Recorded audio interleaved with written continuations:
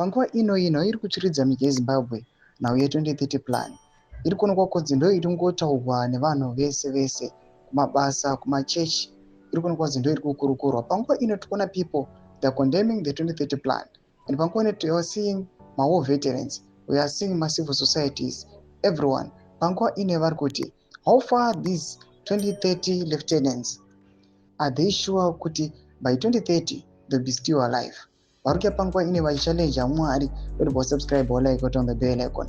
Change Radio inobuda chiposta pana pa war veteran Clive Malunga panguva ine achikondema the 2030 plan vanonyara vachiti war veteran Clive Malunga Bash's 2030s claimed that only God knows who will be there in 2030.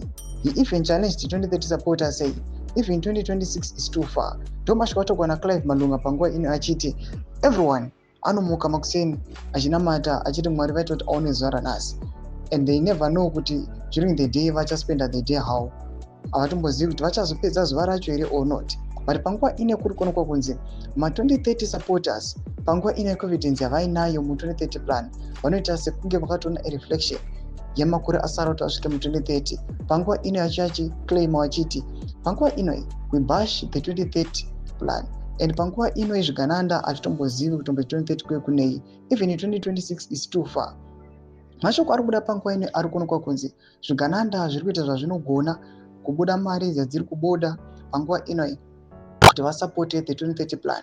Panguva ino vachibetray ma citizens, vachibetray the revolution, panguva ino vachicapture ma institutions enyika yese just to benefit themselves kuti vakwanise kuatena the 2030 plan. Most of the people they've been fired from their jobs. Mukatarisa kana kuri kuma civil societies, kuma soldier, mukatarisa kuma purisa, some of the people even my generals they've died nokuda kwe this 2030 plan nekuamera the constitution. But panguva ine people they are asking themselves kuti zvigananda zvinombozwa kuti mangwana vachamuka vari papi here. Tudze mafunguro enyu muri kudi pamusoro pechitiko ichi. Pinda comment section medu za mafunguro enyu.